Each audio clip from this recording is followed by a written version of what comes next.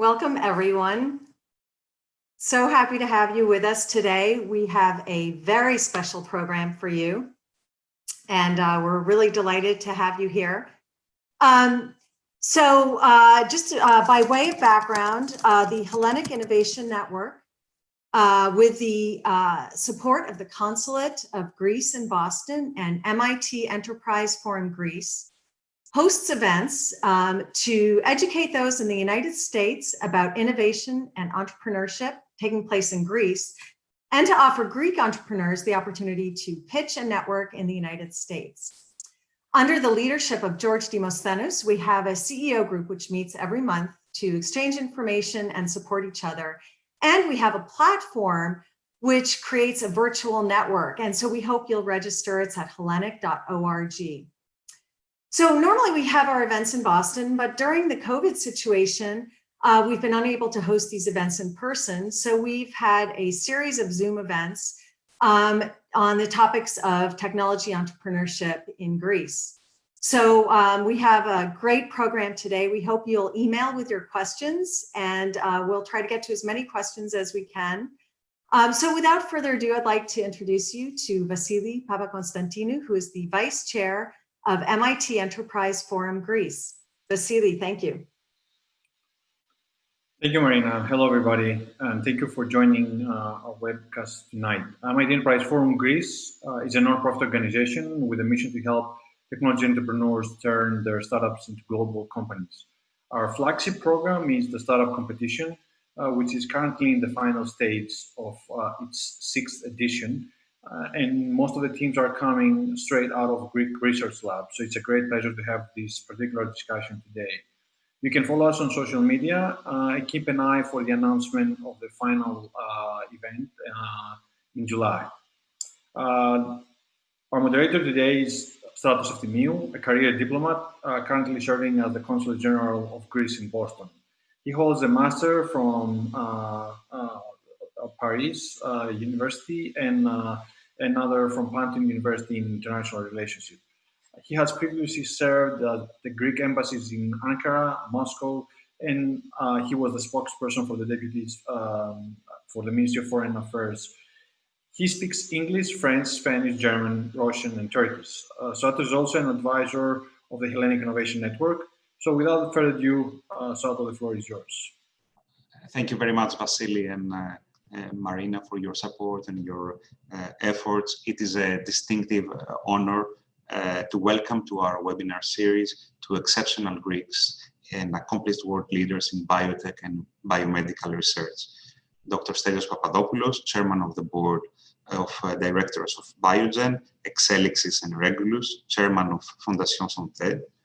Dr. Papadopoulos holds a PhD in biophysics, an MBA in finance, and an MS in physics from NYU, where he also taught at the Department of Cell Biology until 1985, when he moved to Wall Street to become an equity analyst, an investment banker, and a serial founder of pharmaceutical companies. And Dr. Artavanis-Tsakonas, Professor Emeritus of Cell Biology at the Harvard Medical School, Professeur Honoraire au Collège de France, President of Fondation Santé, with an MA in chemistry from 𝗕𝗏, a PhD in Cambridge in molecular biology. Spiros taught 20 years at Yale and another 20 years at Harvard, with groundbreaking research in the areas of cellular signaling, developmental biology, and genetics, founding director of the Developmental and Regenerative Biology program at Harvard, and the Department of Genetics and Developmental Biology at Institut Curie, Paris. Stelios and Spiros have shared a parallel and often common journey in cell biology, business, philanthropy, and life. They co-founded the biotech companies Exelixis, Anadys, acquired by Hoffman-La Roche, Cellzome, acquired by GlaxoSmithKline, and they lead together the Cambridge biotechnology giant Biogen, where Spiros was the chief scientific officer, and Stelios continues to be its chairman of the board since 2014. They never forgot where they came from, and they have always been mentoring and supporting Greek researchers, giving back to Greece, especially through Fondation Santé, which they founded in 2000 in order to support medical research and educational initiatives in Greece. Welcome to both. Thank you for supporting the Hellenic Innovation Network's efforts, which are complementary to the science diplomacy agenda of the Consulate General of Greece in Boston.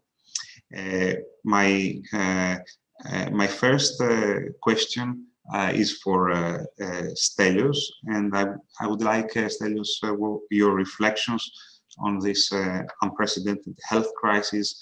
How close are we to the development of a vaccine?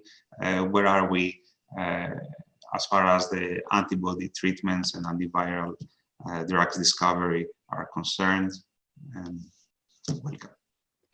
Thank you, Straton, and congratulations to all of you for such a wonderful initiative. So this is a crisis, the likes of which none of us has seen in our own lifetimes. And we are operating a little blind, but with haste and with commitment. And I think considering the challenges, the progress made to date is remarkable. Just as an aside, I recently authored a chapter in a book that just came out last week, chronicling the COVID pandemic and the involvement of the biomedical industry in helping solve the puzzle. And the piece I wrote related to what happened during the AIDS epidemic in the early 80s to what is going on today. And the remarkable thing that I can point out to is the AIDS epidemic, the first cases were recognized around 1980-81 in the US. It was until 1985 that we had a legitimate diagnostic test, which wasn't very good. It was 1987 that we had the first drug, which was not very good, as these things normally are. And it was not until 2002 that we had a rapid test. In 2012, we had an at-home test. It's an enormously long period of time, and it had to do with the scientific challenges, the difficult biology of human immunodeficiency virus, social issues, political issues, financial issues. By contrast, if you look at COVID-19, the current epidemic, and if you refer, let's say, to the fall of last year as the first instance where cases were documented in China, earlier this year in the US, there's more than 100 diagnostic tests in the market. There are several hundred clinical trials going on in trying to come up with drugs, biologicals, and vaccines.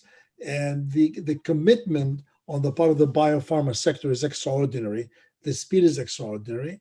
But I think along the way, you also need to exercise some balance and in terms of what can be done and what is reasonably to be expected from all this effort.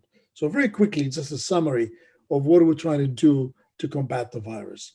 The first line of resistance, the first line of fight against the virus is to take all sorts of existing drugs and repurpose them. See if, in fact, some of them can be used against the virus for reasons sometimes scientifically rational, sometimes not so rational.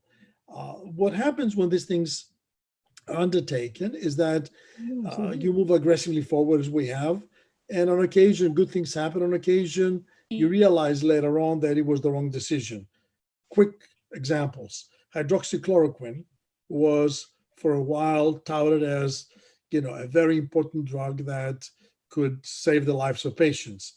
By now, not only hydroxychloroquine is seen as not useful or efficacious, in fact, it's been shown to be detrimental to the health of those patients. And so a couple of days ago, the FDA has withdrawn the emergency use authorization of the drug, and it's not to be given to anybody because it can cause more damage than good. 2 days ago, we had reports from the UK that a well-known steroid, dexamethasone, can be used effectively with patients in the late stage of the disease where they have an intense immune reaction. It does make some scientific sense. Steroids are good in those instances. Whether, in fact, this is truly the case, we don't know. These are just early announcements, news releases. We have not seen the typical peer review publication in a scientific journal showing all the data to convince every skeptic that indeed that is the case. So that's the area of repurposed drugs. And there are many, many more others in that category. Then you have the so-called direct antivirals. And the first direct antiviral that made a lot of noise, and in fact is now approved by the FDA. For the use is remdesivir, which is a drug by Gilead that was originally developed for a different application. And it's shown now in reasonably rigorous clinical studies that it's of some value to late-stage patients. My view and that of many others is that it will probably be more meaningful in early stage patients before they're intubated or with a ventilator, but that's to be determined. But again, the efficacy is not hugely impressive that you would think everybody should have it. And I won't detail you the clinical trial data, but suffice it to say there's some progress there. Probably the most near-term, rational, effective weapon we have is the so-called convalescent plasma. And that's an old-fashioned idea. You essentially remove plasma from patients who have successfully combated the virus. If they've successfully combated the virus, by definition, their own immune response has kicked in, and they now have antibodies to the virus. And you hope those antibodies that are present in the plasma of a cured patient would be useful in treating the disease in a newly diagnosed patient. It's reasonable, it's sensible. It's had some success, not enormous success, and there's a massive program in the US, an expanded use program in many, many hospitals, expanded access program, trying to collect plasma and give it. And then the more state-of-the-art, more promising, more long-term, exciting approaches, two of them. One is antibodies, growing antibodies specific to the virus, and then treating patients with those antibodies on the assumption that this passive immunization you introduce will combat the virus effectively. Probably the two largest US companies in terms of commitment and effort in the area are Vir Biotechnology in the West Coast and Regeneron Pharmaceuticals in the East Coast. Just to put a little bit of pride to ourselves, there's a heavy Greek involvement in both. The CEO of Vir is George Skangos, who was before that CEO of Biogen, before that CEO of Exelixis. The co-founder and head of science and president of Regeneron is George Yancopoulos, an extraordinary, truly brilliant scientist. And there's a young guy named Christos Kyratsous, who's the one who developed the antibodies at Regeneron, another young Greek scientist who is excellent. So we have something to be proud of. The notion of the antibodies, they're being used. Regeneron just started clinical trials a few days ago, going into larger trials. The notion is to either use them prophylactically before people get seriously sick, or therapeutically when they're ill, and give the antibodies to combat them. I won't bore you with the details of how Vir differs from Regeneron in the approach to antibodies, but there's merit to both approaches. Last and perhaps most exciting to the public is the notion of a vaccine. And vaccines are very good because whereas drugs and antibodies you need to give periodically, either once a day or once a month, depending on what it is you want to give, vaccines, theoretically, you give them once and then you're done for life. And most of us, all of us, I presume, have had pediatric vaccines that either one injection, maybe one injection plus one or two other booster shots will give you enough immunity to last a lifetime. Vaccines are being developed by many companies, many companies. Probably the front runner is a company called Moderna.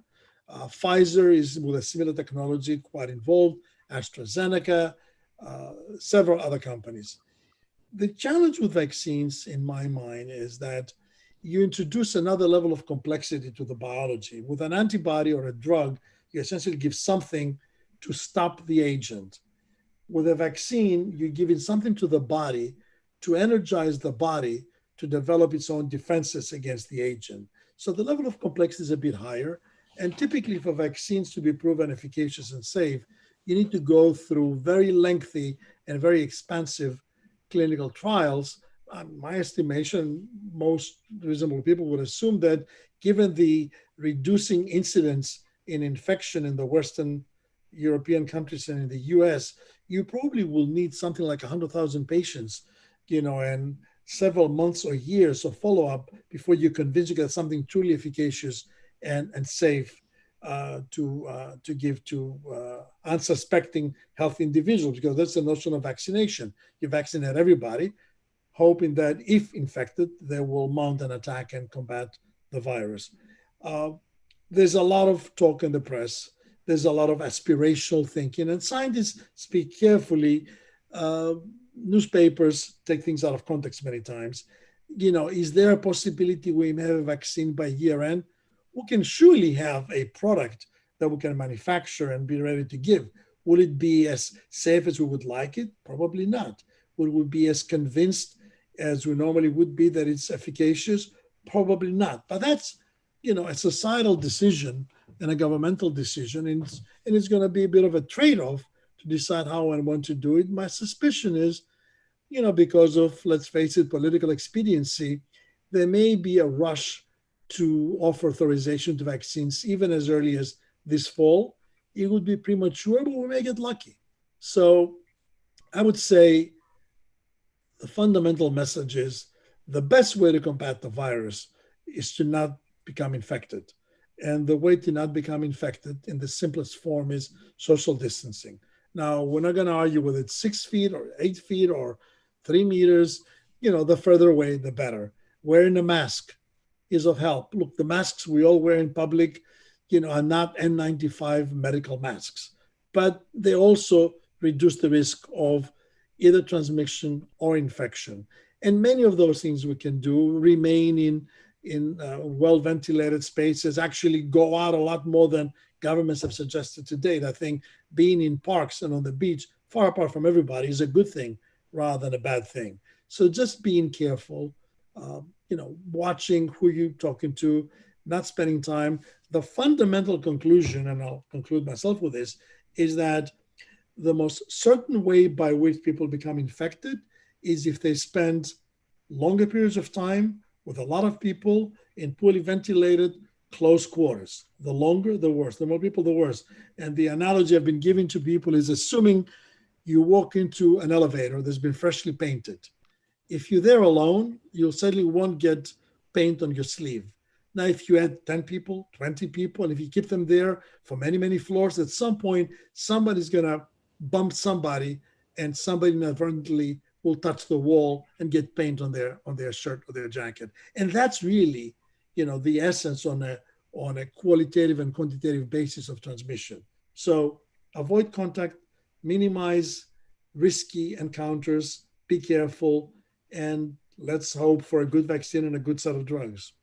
Just a quick follow-up. Is Biogen involved in this discussion, research, either for vaccines or treatments? Indirectly, we are.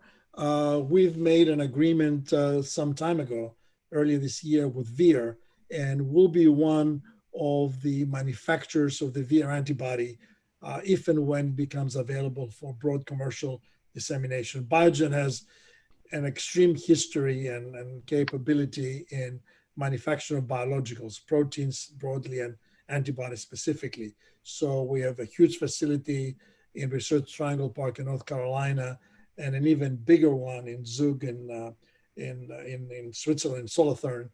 And those facilities can manufacture tons of biologicals. We already need to prepare potentially for the launch of our Alzheimer's drug, but still we're going to make room to manufacture the COVID antibodies if and when they need to go into the market. Thank you very much. Spyros, the current health crisis showcased the importance of life sciences, not to you, but to the wider public. In Greece specifically, the successful response to the pandemic showcased how important it is to let scientists shape public policy. You have been promoting for years the need for Greece to focus on biomedical research. Why is it crucial? Is there an opportunity for biomedical research in Greece? Can you describe us your vision on this field? Stratos, let me just also, as Stelios said, congratulate you on this, and Marina on this initiative. It's actually quite interesting. And thank you for inviting us. So one of the, following up of what Stelios said, it is quite clear that there is good science and there's bad science, all right? So I think that in order to be able to to understand what's going on, to be in the forefront of biomedical research rather than being a simple follower, Greece has, in my view, no choice but support biomedical research. Biomedical research is going to be very interesting and very important and crucial, also for the post-COVID period. I mean, COVID is one problem, and it is quite likely that we may see another pandemic in our lifetime. Maybe not in mine because I'm getting old, but in the younger people that are listening, it is quite possible that there's another pandemic going to happen. And the way to fight it is going to be science again. And science, there's only one science. It's good science, and everything else is bad science. So you have to be extremely, I think Greece has to become competent. It has to promote and support scientific and biomedical research. And what is actually quite also clear for Greece, since you asked, is that there is a potential, the potential in Greece to become, at least in some sections, a leader in science, in biomedical research, it's there. It needs the infrastructure and it needs the funds to achieve that. But we can actually in Greece, we can have a vision and dream of having really first-rate research that it is competitive internationally. One of the big problems in Greece, and I've seen that for the last 40 years really, is that people think somehow that there is Greek research. There is Greek biomedical research, which is good enough for Greece. As you would say, since you studied in Paris, it's a bon pour l'Orient. I'm saying that so that Stelios gets it clearly. So there's no such thing in biomedical research. It's simply good research and bad research. And I think this coronavirus story has, first of all, it has stimulated people who never thought about biomedical research. I mean, a lot of our friends, our relatives have never thought about it. They thought that this is some sort of an academic endeavor. They understand drugs. When they're sick, they take a pill, but they never think of how difficult it is to create that pill.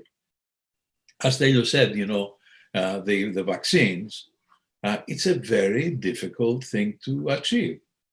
And biology, you can't rush biology. Because then if you rush biology, then you do bad biology. Almost always, all right? So I think that, for Greece to develop a very prominent biomedical research endeavor is actually very important.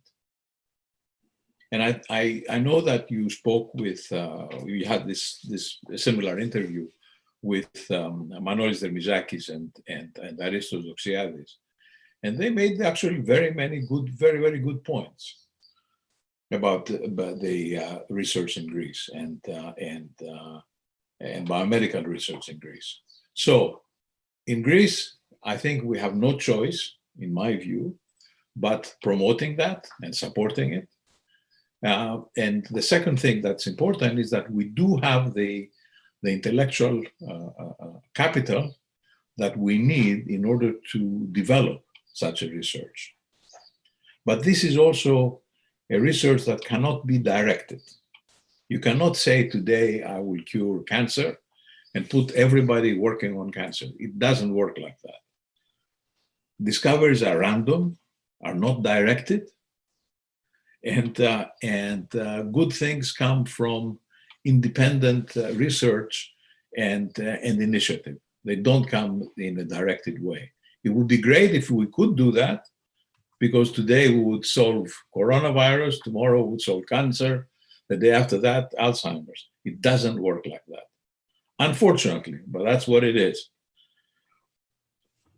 How could we improve the and promote the osmosis between the labs and business. You have moved from the labs to business and back. And I think that, and I'm sure that Stelios will agree with me, there is only one basic parameter for that, and that is quality of science.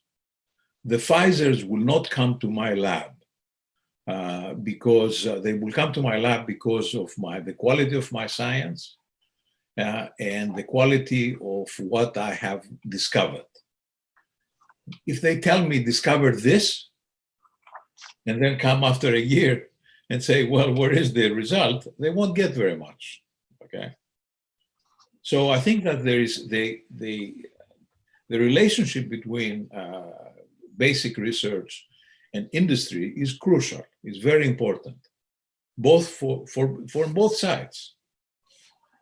But the common denominator is quality of science, nothing else. If I may jump in here and expand on this, because for the last 20 years since we co-founded Fondation Santé, Spyros and I have been agonizing with what can we do to enhance the quality of Greek science and scientists. The first point I will make in reference into the statements that Manolis Dermizakis made a couple of weeks ago in the same program that Spyros also referred to, we need to make a distinction between the quality of science coming out of Greece today with the capability of Greek scientists to produce globally competitive cutting-edge research. In fairness, the quantity and quality of work coming out of Greece today, it's good, pretty good. It's not globally competitive. As Spyros said before, we're not leading in many areas or in any area of basic biology. Can the people we have in Greece do better? I'm absolutely convinced. Not only they can do better, but others can be kept from leaving, or those abroad can come back if there was a national policy on research, as Manolis pointed out, the equivalent of a National Science Foundation, funding for research, and understanding and appreciation of how it happens. Look, I've been, patience is critical. I've been asked for the last 30, 40 years by people in Greece, we should have biotech in Greece. Biotech is a sexy word. Tell us how. Or before they even wait for the answer, they already have their own answer, which is, well, all we need is some venture capital and some intellectual property lawyers and maybe some business guys, and then we do it. Spyros already said, there isn't such thing as science good enough for Greece. The capital is liquid, it comes from everywhere, and it goes to the best of science. The only way you can create a biotech industry in Greece is to actually fund fundamental research and assume that in these aimless meanderings of the scientists who are being funded to pursue interesting ideas, one stumbles on something unexpectedly, which has the potential to transform the human condition. And on that basis, you can start a company. That's how biotech companies get started in the US and Western Europe. So what does that mean? You need talent, you need money, and you need time. So unless we commit as a country to all of those areas, we will not have a biotech industry of innovation.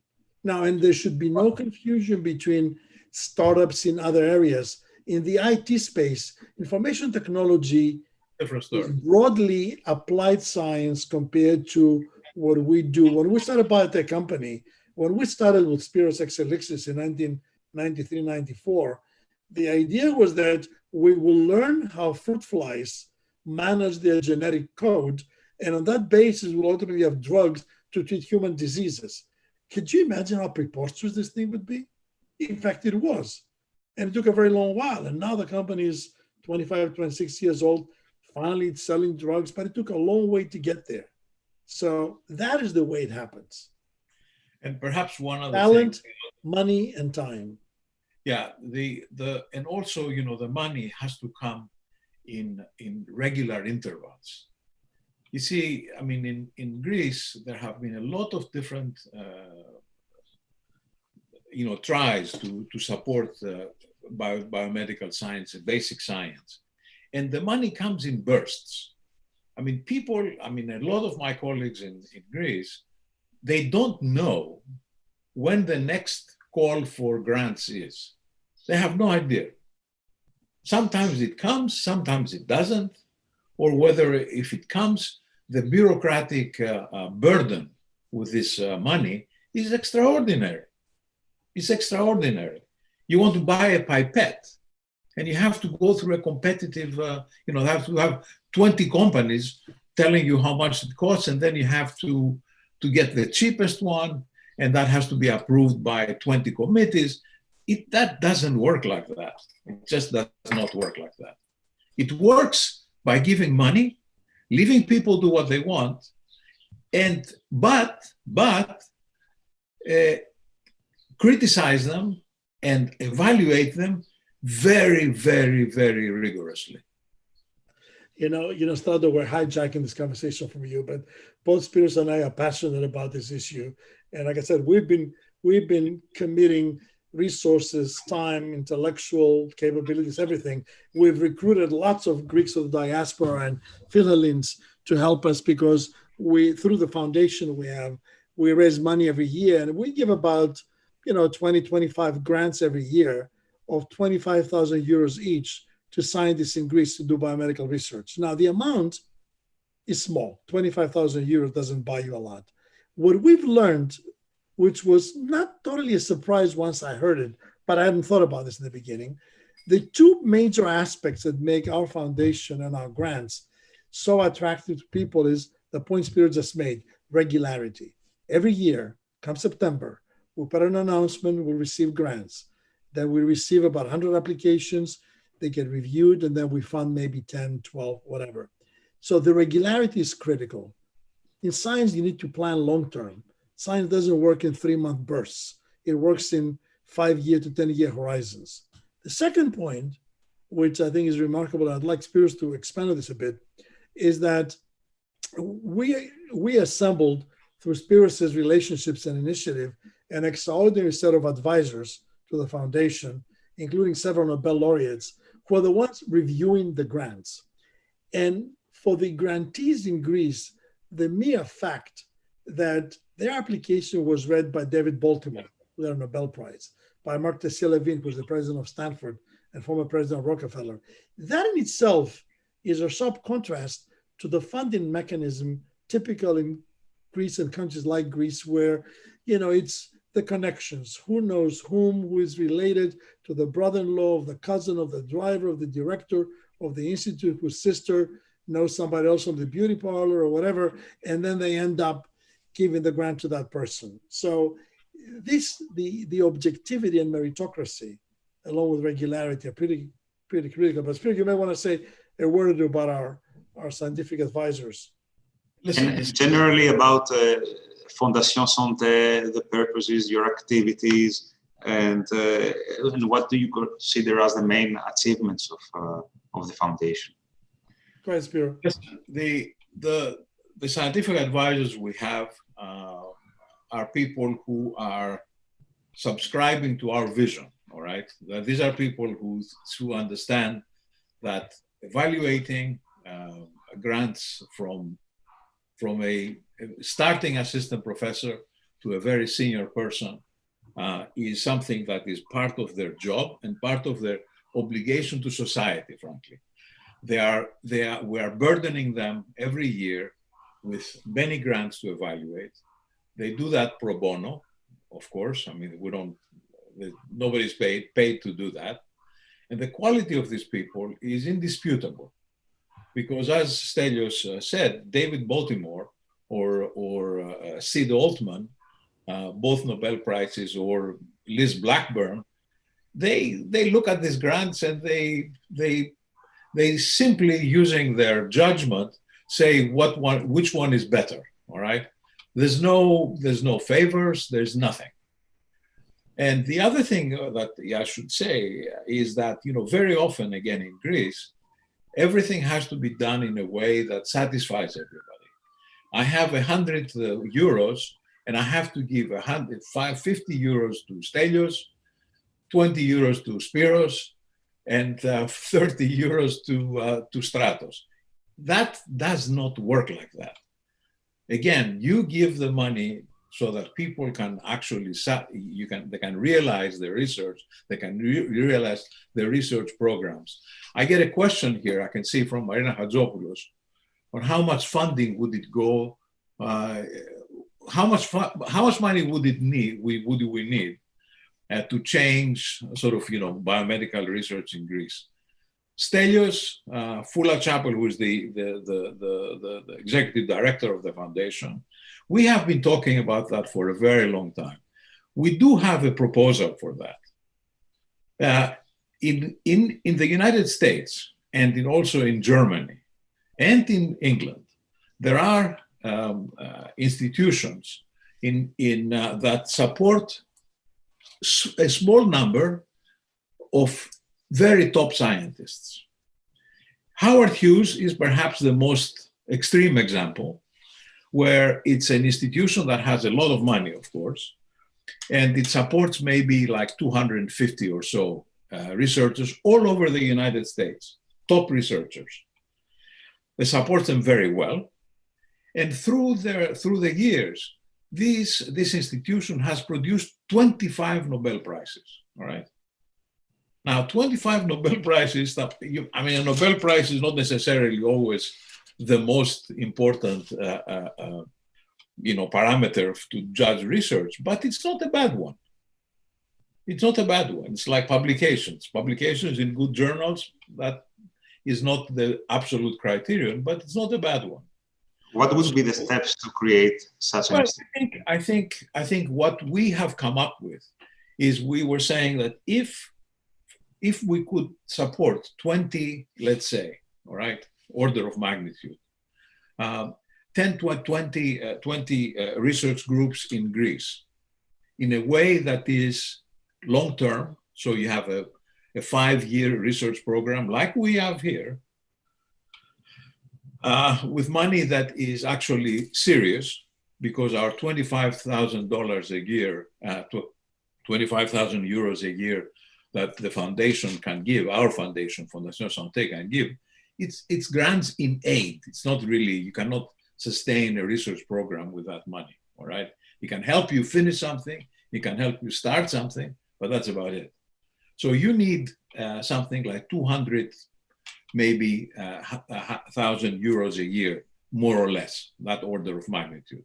So if we support 20 groups for 5 years with 200,000 euros a year, that means that every year we have to get something like 4 million euros.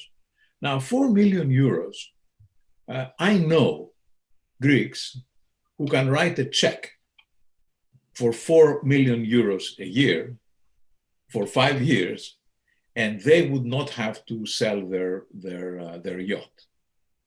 They can actually do it without selling their yacht or their house. So these are numbers that we can actually sustain. It's a sustainable proposition. Now, 20 groups, you might say, well, that's not very much.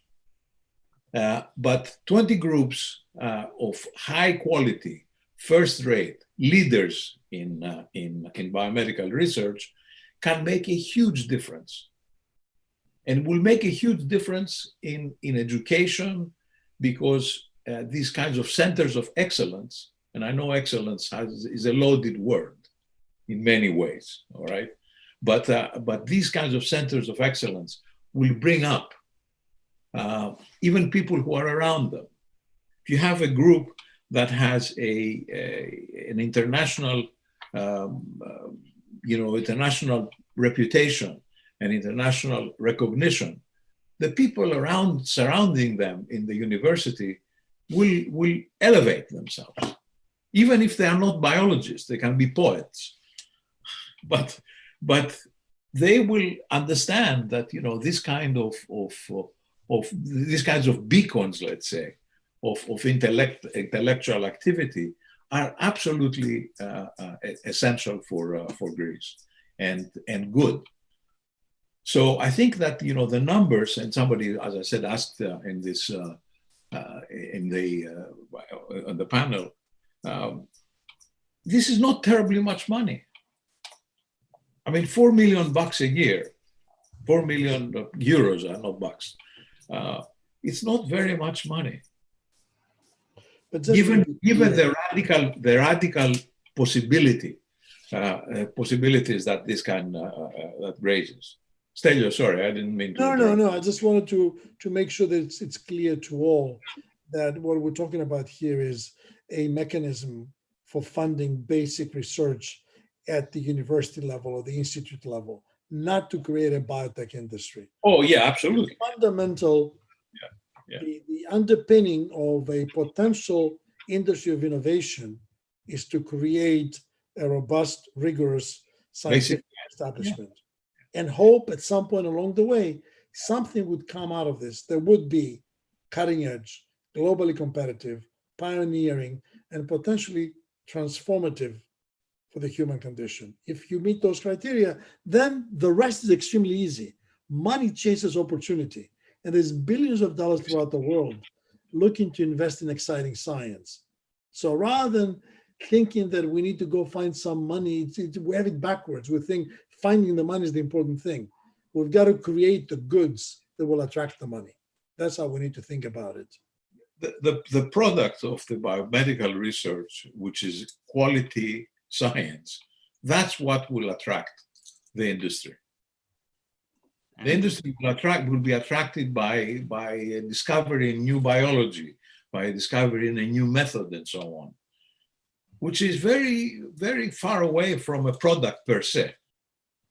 They will take care of the product as long as they have the basic scientific sort of basis to develop that product.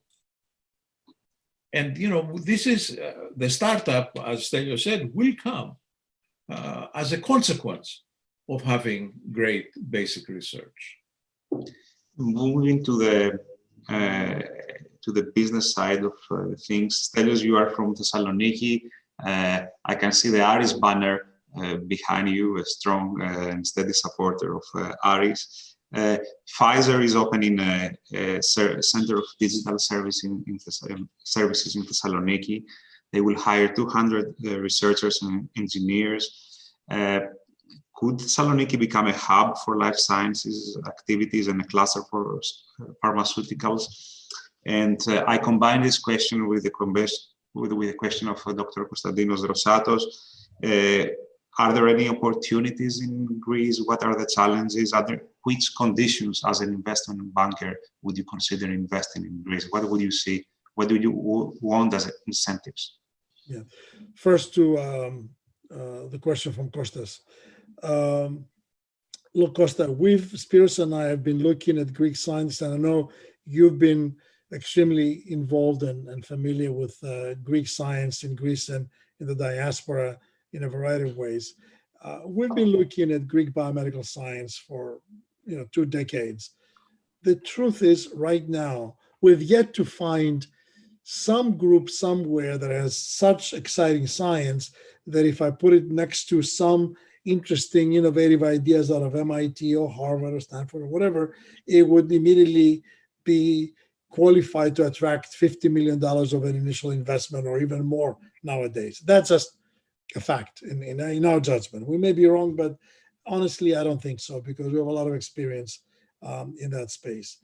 On the data science side, it's very different. And what Pfizer is doing is sensible. There are a lot of very smart scientists in Greece of all disciplines. The difference is in data science, you actually can work on applications that require good quality work. In our space, again, you need innovation. You need something undiscovered by anybody else, something brand new that will be the base of a company. So I can see whether I can project Thessaloniki will become a hub or not. I don't know. Would I wish it? Absolutely. Would I love to have something myself to go there and visit my friends more frequently? Spiros is laughing. I've been arguing for some startup to do something in Thessaloniki for 2-3 decades now. but I'm encouraged by the Pfizer move. And I know, of course, 𝗵𝗵𝗶𝗵𝗃, the CEO of Pfizer, is from Thessaloniki. He was born and raised there, went to the university there. So that has something to do with it. And I'll refer everybody to the interview in 𝗕καθημερινή this past Sunday where he talks about it. But absolutely, there's no way Pfizer would have done this if it wasn't supported by merit, by the fact that they can hire the right people and produce globally competitive work in the desired area of application. So part of what makes Thessaloniki attractive is that it has a lot of the features of a big city, such as access to a big port, access to airport, international destinations, a large enough place, a cosmopolitan environment, very many talented people, underemployed, undercompensated, and none of the confusion and congestion, say, of Athens. And the truth is, for most of us in Thessaloniki, if we can avoid Athens, we avoid it. I mean, I usually fly via Zurich or Munich or Frankfurt to go there. Don't laugh, Spiro. But it would be great. It would be great if we can make it happen. I think it was because of Aris. Well, Aris is a long story, and I won't repeat in this program things I said the last time, but we're dedicated and committed. What incentives would you want as an investor? And well, what attracts investors, again, let's forget for a moment innovative science. Okay, it's a different cup of tea. But if you want to go invest somewhere, what do you want? You want stability. You want certainty. And by certainty and stability, I mean of the social and political environment. You want some conviction that the laws will not change, every other week. And you can perform and execute business in a conventional Western-like setting, much like we do in the US. These things are reasonably okay in Greece and getting a lot better. Not to get political, but I believe the current government is a lot more sophisticated and committed as to what it takes to attract investment and promote business in Greece than prior governments. So that's a key thing. Then the next thing is you're looking at the cost of doing business. And to the extent Greece has very many talented people, who, as I mentioned before, are underemployed and undercompensated, that becomes a very attractive proposition. Last but not least, what other countries have done in the past to attract foreign investment is to work around favorable tax treaties, favorable tax incentives. You can ask somebody, and typically this happens with, labor-intensive and land-intensive undertakings that also have significant potential value added in the products. The best example of this is the manufacturing of pharmaceutical products. It's a well-documented case of Singapore and Ireland and Puerto Rico in the US in a different context, which were places where you have all the things we talked about having in Greece. And in addition, you had a very low tax rate by virtue of legislation and agreement with governments. The beauty of that is that if you had to manufacture a pharmaceutical product, which typically gets manufactured in stages in multiple sites throughout the world, you can work out in a way that the greatest captured value added is in the favorable tax environment, so that you can drop your tax rate, your effective tax rate for the product in aggregate. Now, with US tax rates going down as of a couple of years ago, this is less attractive than it was, say, 4 or 5 years ago, but it still remains an issue. But to a large extent, the qualitative part of the commitment by the government to support and promote foreign investment makes a difference. And I think we've seen some of that in Greece now. No, this is something that I can guarantee, that there is a new, fresh air and a lot of support towards attracting investment. I have a question from Nikos Piperis. Would you share any success stories of Santé, Spiros? They're all success stories. It is a badge of honor.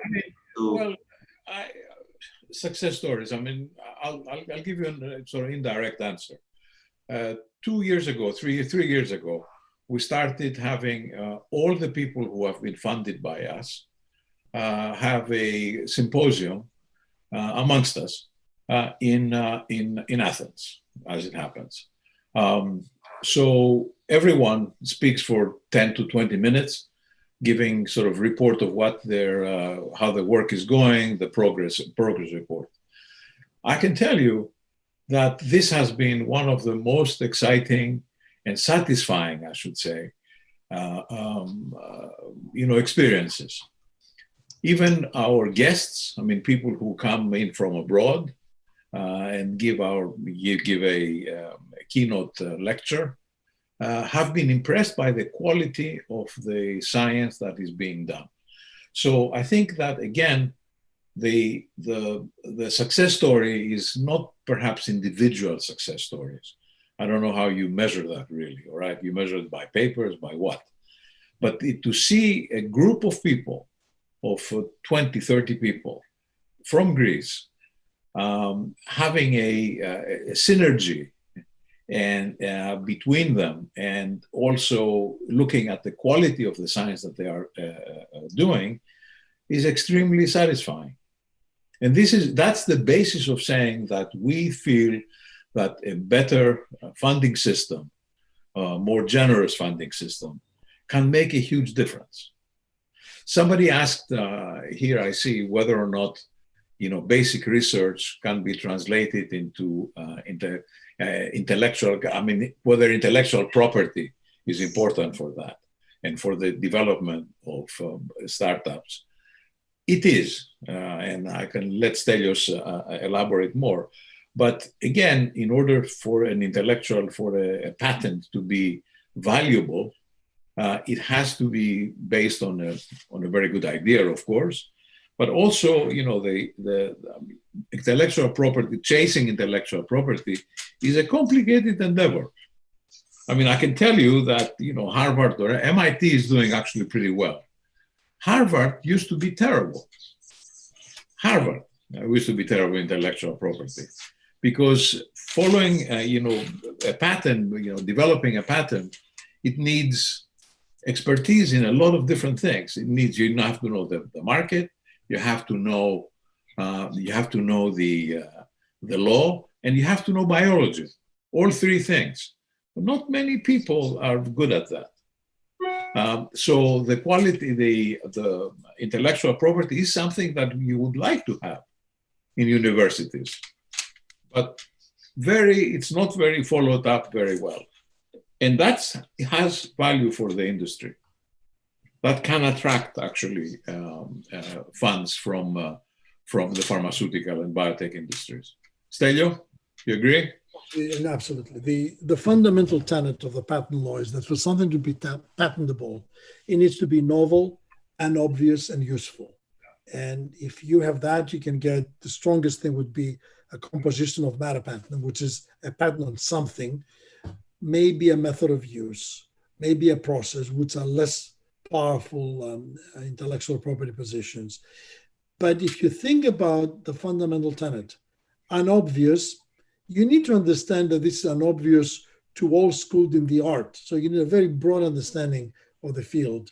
Novel, so you have to be convinced that no one else has found it, and useful. And then you know to make projections going forward of how this interesting idea could be useful to society. That is the point Spiros was making before about the ability to choose what to write patents for. It's critical. Yeah. And it's not a question of just having a good IP lawyer. The IP lawyer will help you formulate the ideas. You actually need the academic establishment to be well immersed and entwined with the commercial world and feed off of each other, so that the commercial people, the financial people become sensitized to new trends in science, and the scientists become sensitized to what could be useful and amount to something. The best example of this is your own backyard, Cambridge, Massachusetts. If you just walk down, Kendall Square or Main Street, Broadway, the amount of activity, the intellectual intensity, the fever, the knowledge, the people from MIT and Harvard with Alnylam and Biogen and Sanofi, every big pharma company has facilities there, big biotechs.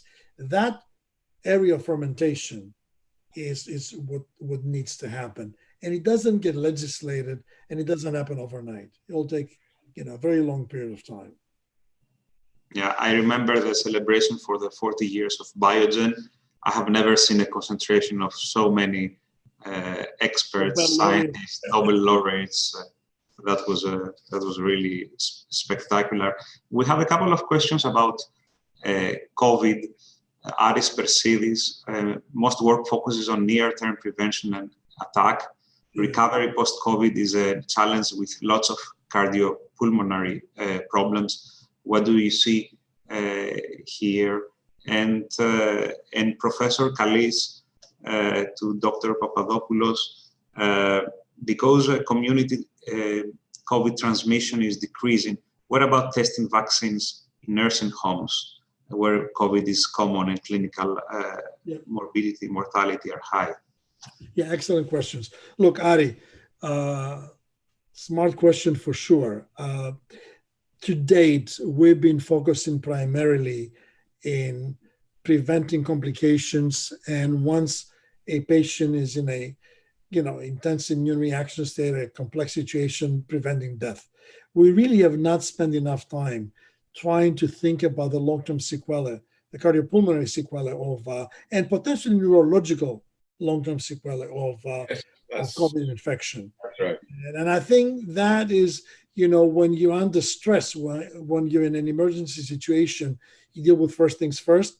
I suspect Aris, who's a very smart guy, is onto the right thing. That's something we'll be focusing on in the months to come and begin thinking of ways to deal with those issues. The second question is a very good one as well. And in fact, if you look at the announcement of the clinical trials of the antibodies by Regeneron, they talk both about doing prophylactic and therapeutic applications in, I would call them normal individuals, as well as high-risk individuals. And those high-risk individuals involve broadly immunocompromised patients. That could be transplant recipients, that could be people with significant comorbidities that make them immune compromised, and that will happen. And the same thing for sure will happen with vaccines. There's even talk about, there's something called, a challenging test that you actually infect intentionally healthy people after you vaccinated them to be sure that they get a good enough immune response to the agent. That's a very risky proposition when you don't know enough about your vaccine.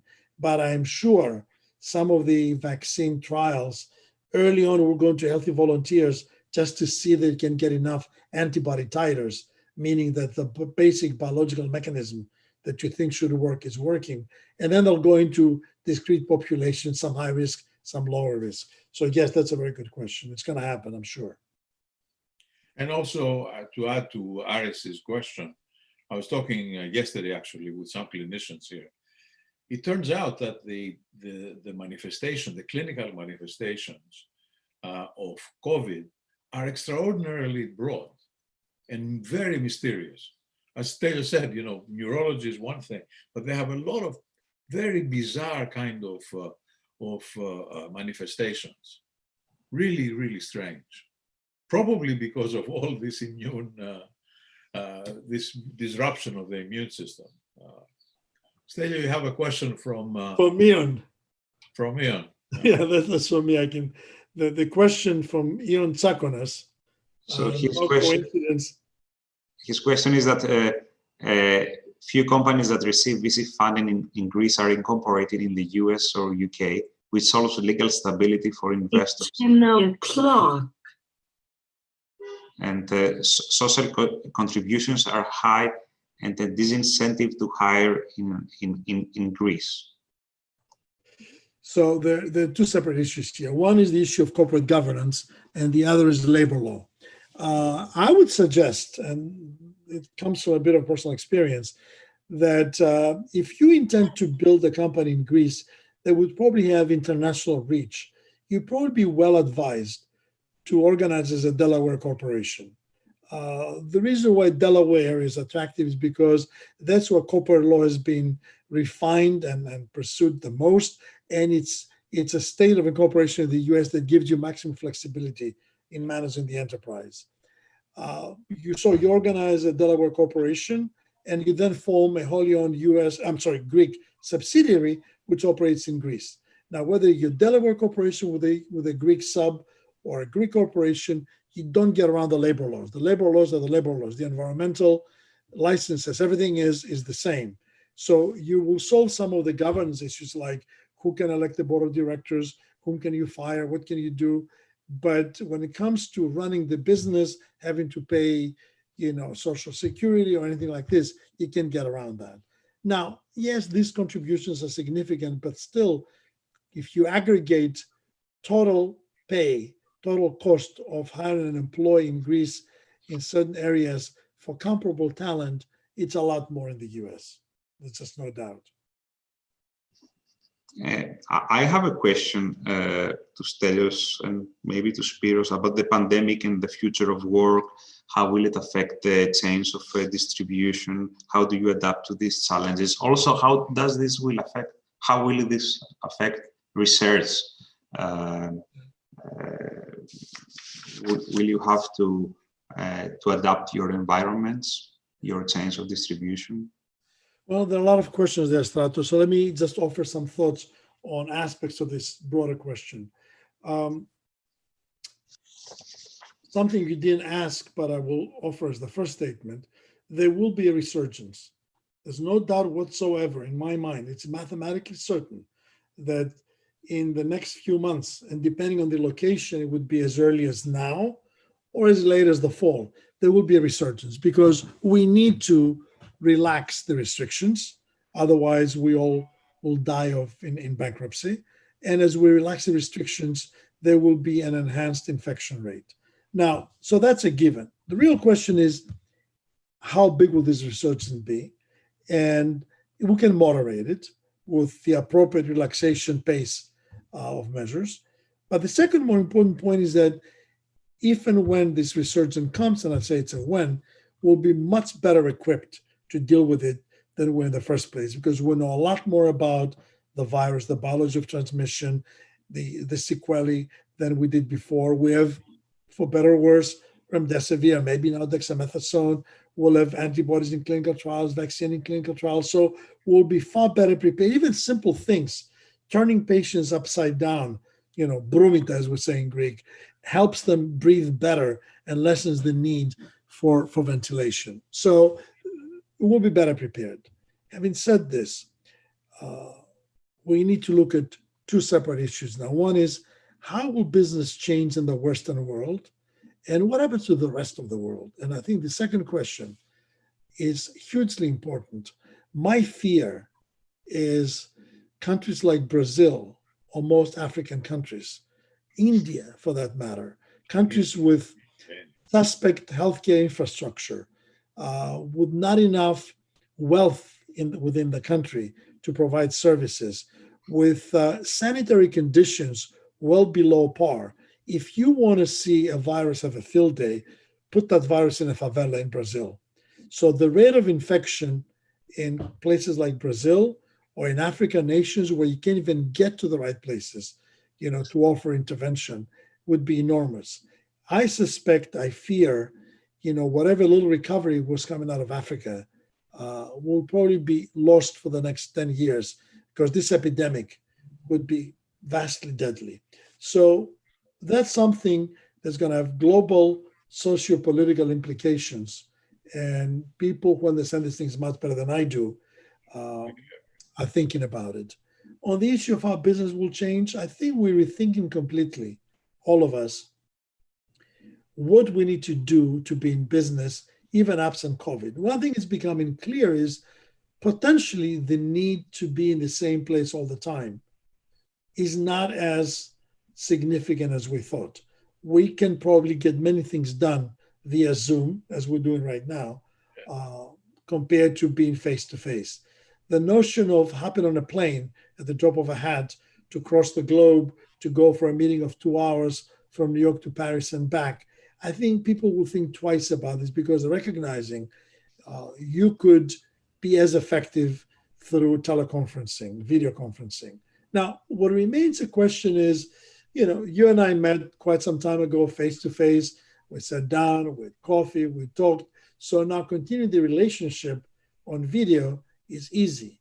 How do you forge de novo a relationship with somebody only on video without having met that person? It's a challenge. It's an interesting thought that we need to think about. I think the whole area of the commercial real estate business is going to be rethought. IBM is already not renewing leases in Manhattan in most of their buildings. They're going to have people working offsite. Business will become more globalized, seeking low but competent labor rates to perform, much like with call centers in India and and many other places, and manufacturing jobs. Supply chains will have to be rethought so that we can ensure reliability and redundancy. So much will change, even in our pharmaceutical business. Perhaps the most critical thing that's going to happen is we're going to ask the question, how are we going to promote products to physicians? Historically, the business has been the same as it was 100 years ago.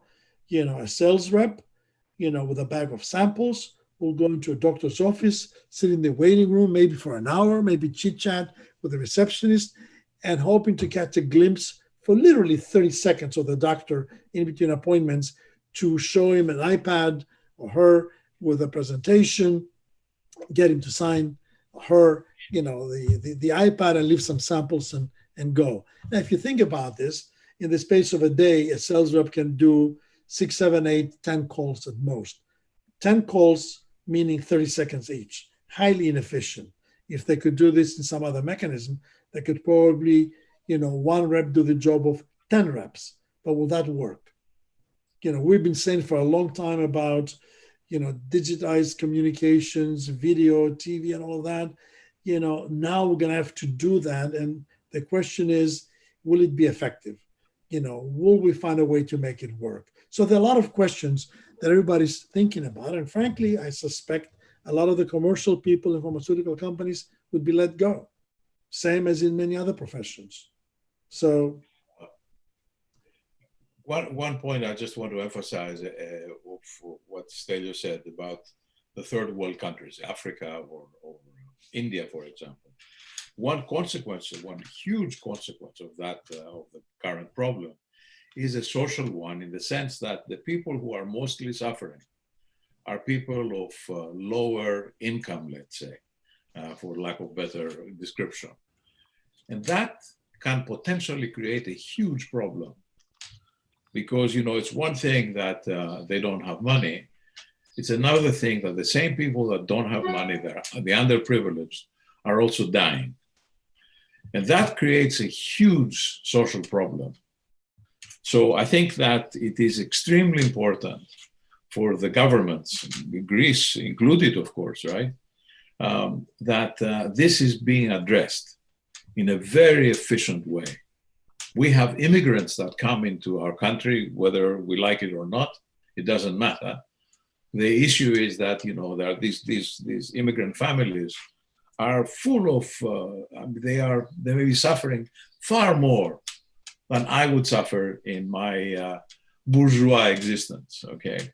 So that can be a huge problem with all kinds of consequences, including uprisings of all kinds, okay? So that's something that we have to address in a very compassionate and smart way. Let me expand on this, if I may. I mean, this crisis has affected all of us a little differently. In my particular case, I've been working essentially independently from home for a very long time. I'm comfortable, being at home. We've got a yard. We can go out and walk the dogs in the street. We can get Amazon to deliver all the goods we need. We can get Uber Eats, deliveries to come home with food. So it's not the end of the world. And frankly, that I don't have to hop on planes anymore to trip across the globe is giving me an enormous amount of time. I didn't realize I was wasting in airports and planes before, that I'm now being more productive. So that's not so bad. And with enough sufficient social distancing here, we understand health and medicine, we're a medical sort of like family broadly, so we're doing just fine. Talk about now the inner city, middle and lower middle income people, often on cash jobs in the gig, economy, aid to an apartment. That's where the devastation has happened. And what I recently wrote is what has been historically a bone of contention, which is income inequality in the US, has now become a survival inequality. And that's unsustainable. That's absolutely unsustainable. If you couple this to the racial tension we've been having in the US in the recent weeks, this is beginning to resemble, and I'm old enough to remember this as a Spyros, the Vietnam era, where social justice movement and civil rights movement, racial discrimination, opposition, and the anti-war movement all coalesced into one and essentially created a transformed society after this. And it wasn't without pain and death. Yeah, I think that this is something which, again, as I said, as we said, it's extremely important, and I don't think that we are paying enough attention to it. So we have a few more questions. Take a couple of them together. So one is about the issue of Private universities. profit and profit private universities. Another is, this is from the other is from Vasilis Papakonstantinou. If researchers, especially in Greece, had more input, would they be better prepared to target their efforts against COVID-19? I would think of it as an issue of international cooperation and transparency of research, and we've seen that there hasn't been so much exchange of information, or you know better. And the last one is from Maria Papadopoulou from University of Crete and Ford. I have received a grant from Fondation Santé. I'm really grateful for this. What is your advice to the faculty in Greece in improving their biomedical research in Greece and in achieving research excellence? So that's a success story. You take this, I'll take the others. So where do you want me to start? With the private universities? I feel strongly about that. I mean, I have a particular idea. I think I'm against private universities in Greece. I'm declaring it. And I will give counterpoint after Spyros ends answering the questions, because I'm for it. Yeah, so I don't think that private universities are feasible in Greece. And I think that we should support, and we can support much better our public universities, which are not bad, all right?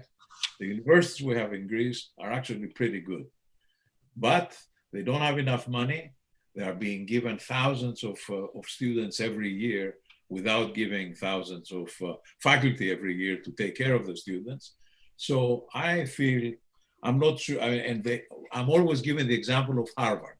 Harvard has an endowment of $40 billion, all right? So if you give me a university in Greece with $40 billion endowment, Stelios, I'll take it. The question of Maria Papadopoulou. Wait, before you go there, let's deal with the universities first. Look, I think Spyros' position is always having to do with doability rather than the concept itself. Oh, if you give me a lot of money, or if you do that. The point is this: private universities in Greece have been seen primarily to date as a place on which to get a diploma, a piece of paper, in exchange for some money that now puts you next in line with somebody from a public university with the same diploma to compete for the same job, because diplomas in Greece are perceived as a means to professional settlement, to exasphálisi, So that's an issue. And by and large, the private institutions of Greece, they're neither good nor bad. They're certainly not excelling in the context of scientific excellence or research intensity or quality. You mean the private or the public? You said the private. Yeah, it's nothing to do with being private or public. They're just, they're in a business. They need to sustain themselves, Oh, yeah. To a particular segment of the market. Now, I agree. historically, the Greek establishment, the Greek academic establishment, has viewed negatively all initiatives to form private institutions of higher learning because they fear it will erode their position of authority, their control of education in Greece. But whether it's Harvard or somebody else, there's plenty of institutions throughout the world of high quality of teaching and research that operate in the private world. The big thing we got to figure out is we need to view education as a means to an end and not as a way to get a diploma that's going to give us a job in the public sector with Social Security. That's what we need to grapple with. I agree with that. I mean, we don't disagree in anything. I agree with that. Okay, on to the next one. I spoke my piece. All right. So the next one, what was it? Oh, Maria, how can it be better? If I could give you a pill, I think that this is Stelios. I mean, if I manufacture a pill that you will swallow and then you will make excellent research, I would give it to you. It doesn't, Maria, you can't do that. You have to do the best, absolutely best research you can. That's right. And in a subject that may be completely irrelevant for biomedical, for biotech or anything, but just try to do the best you can, become the best in the world in a very tiny little bit of research that you do. You do that, that's success in my book. Okay, you cannot. There's no formula. And I think that in Greece, I mean, I've seen in Crete actually, I have seen pockets of interest that may not be. They are not very relevant, let's say, that's just completely basic, very knowledge for the knowledge. And this is something which can be extremely important. So how to become excellent? By dwelling into a particular subject in a very deep way. That's my answer.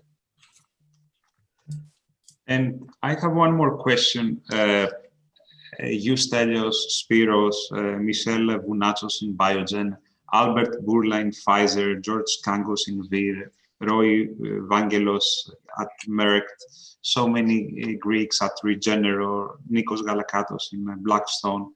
What is the secret of this success? Is it just a coincidence? Yeah, I don't know whether we have a special talent for this or we just don't know how to count right. Obviously, we all know each other and, we've been friends and colleagues for decades in many instances, and we can enumerate them. What I don't know is if I were an Armenian, could I enumerate as many Armenians? I see a lot of Armenian names, they're easy to recognize, and then make a similar argument. There's something about Armenians in biomedicine that makes them especially talented. I think the one thing I would say is historically, Greeks have had respect for education. And I think if you look at social type of research work, you often hear things like the children of Greek immigrants are the highest percentage or near the top of people earning doctorate degrees in the US. Probably having to do with the fact that we put value in education. Whether that can be said about other countries, other nationalities, I don't know. Actually, I just don't know. I can count. I know pretty much most of the people, if not all, in biotech. I just don't know what the denominator should be. And I don't know, how many Turks, there are probably not that many Turks, I would have recognized the names, or, Albanians per capita, normalized, I just don't know. But there seem to be a lot of us. And we all seem to know each other and get along with each other. May I answer a question by someone on the issue of the cost of vaccines? The question is, what good is it to have, vaccines in the US if many people can afford to buy it? I'm paraphrasing a bit. Fair question, because you can actually apply this to drugs more broadly. Look, we have an inadequate healthcare system. We have an unnecessarily complicated system in the US that delivers various levels of quality care to different people, largely based on employment and wealth, let's just face it. And that needs to change. You know, we need to have a social umbrella type of healthcare delivery system that ensures a minimum of acceptable, adequate quality care for everybody, no matter what their job, no matter what their wealth status, no matter what their ethnicity. We need to do that. In this particular case, because the COVID epidemic is so much, you know, in the mainstream and in the discussion, I suspect no one will be stopped. Nobody will be shortchanged from getting a vaccine or a drug because a couple of things will happen. Government will kick in a lot of money to acquire in bulk vaccines and antibodies for dissemination. And the second point would be companies will have free drug programs to those in need. It's just the PR of keeping people from taking those drugs would be enormously negative for the pharma sector. So that's not likely to happen. But the big fundamental problem, more broadly about care, not just drugs, remains that we need to address this. You also see something, the last point I will make is, you also see something that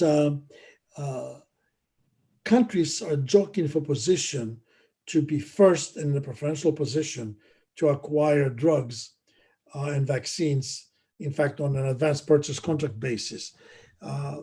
It probably suggests that if this epidemic takes off and begins afflicting the developing world in far greater numbers, you may create yet another enormous separation between wealthy countries and not so wealthy countries. Because even if there's enough to go around, it won't be enough to go around day one.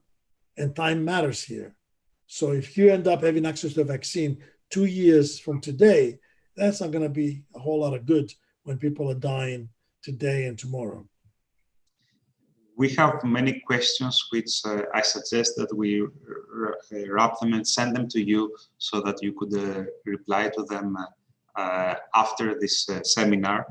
Usually our seminars are from 30 to 40 minutes. We are now almost 85 minutes on. There is a lot of interest from the community. I would like to thank you very much for your countless efforts, for giving back to Greece, to Greek scientists, for mentoring generations and generations of researchers, and for inspiring them to serve science for the advancement of humanity. You set a rare example with your hard work and success, and your accomplishments are for all of us a source of pride. I would like to thank you very much for all of this.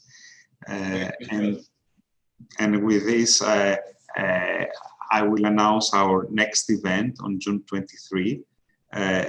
Its title is Genomics, Health, Evolution, and Collaboration in COVID-19.